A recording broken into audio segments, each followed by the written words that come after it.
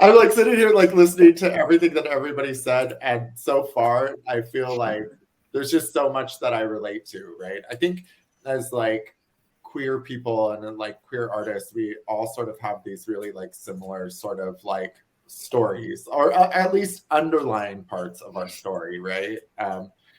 But for me, um, growing up as a kid, I think I always loved performing. I always loved being center of attention. I mean, as long as I can remember.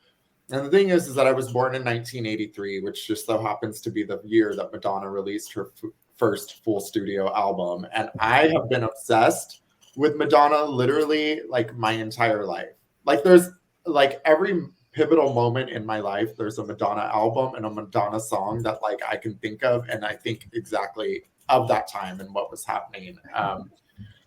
But it started with me like I used to watch the Like a Virgin tour video on repeat every single day and just like stuff sheets in the back of my shorts so that I could have a train and perform like a virgin on the coffee table.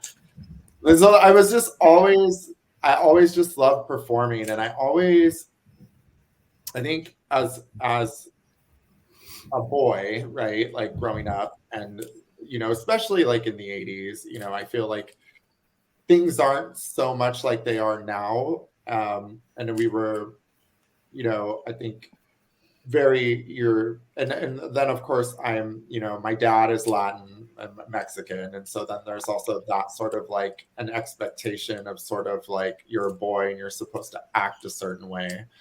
But the thing is that I just never really was like interested in that stuff. Like I always wanted to play with Barbies, and I always like wanted to play dress up, and like I was always interested in fashion and beauty. And so it was like I learned early on to live this sort of like double life, if you will. Because growing up for me in school, like I think I started getting called a faggot in the second grade. And what was funny is that my parents divorced when I was 5, and so I like my parents were really great. They, I think like every family we had our issues and stuff, but after my parents divorced, we moved around a lot. And I remember that I always used to have this feeling of like every time I'd move and I'd start at a new school, it'd be like a reset, like, and then it would always be that same group of boys within 5 days that would like zero in on something about me, and then it would like I would just start being bullied again. So growing up, like I always felt really lonely. I always felt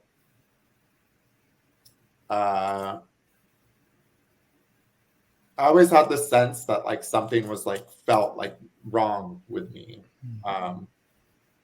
But there was also this weird like sort of, I think that that's where the idea of being creative or being artistic, like in that loneliness and trying to find a way to like fill it, in my fantasy, it was always grand. I was always the most beautiful, like shining thing that like, and people loved me for like who I was. And yeah, so I think a lot of that sort of played into it. And as far as like spirituality, that was also really difficult for me too, because I grew up in a Christian household.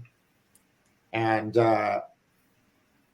there's some things about Christianity that I think that are really great about love thy neighbor and, do unto others and that sort of stuff. But then I remember it very distinctively, actually. I was on a camping trip with my parents and my grandparents, and we were in Utah. We were at this water park that was an RV ground, and I remember standing in line, and these two older girls, they were like teenage girls. I wasn't a teenager yet, but I remember standing in line and them talking to me and asking me like, "Oh, so what religion are you?" And then saying like Christian, and then them very like immediately, "Well, what kind of Christian?" And that just put sort of this sort of for me, put like a big wall, because I already felt that, like, because I was being bullied, and I was already this sort of like outcast. I already felt like, okay, well, if there's this place, this is my religion, this is supposed to be my safe space, my spirituality, and I'm already then being asked, well, what kind of Christian are you? That just made me feel like even more disconnected from things. And honestly, it wasn't, and I went through like this whole thing of like, coming out and finding my tribe. And, my tribe just so happened to be the Bay Area rave scene. Which, it was a great time. I was young, we were having fun, but that meant that I was also experimenting with a lot of substances, and then eventually that took over, and then I found myself in full-blown drug addiction. And I really haven't had, it was going to rehab and getting sober, and sort of being forced to like trust in something outside of myself, because clearly my way of thinking and my approach to life was no longer working for me. So I had to just sort of put faith in other people. And that's sort of where I reconnected with the idea of spirituality. And and the truth is that I don't really know what that is. I don't feel like it's so much of a religious thing, because I feel like religion can be a little bit dicey sometimes, right? Because I feel like there's this, in most religions, there's a book.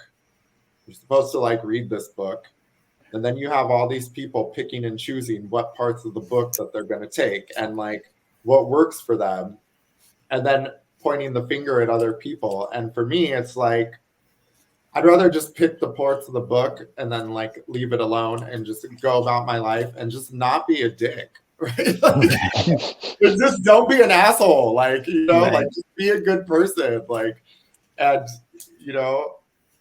and for me, the idea of spirituality really just is being connected to things, of people, places, things around me, Yeah. So yeah, so I feel like I went off on a tangent, which is probably no, it's perfect. No, it's really great.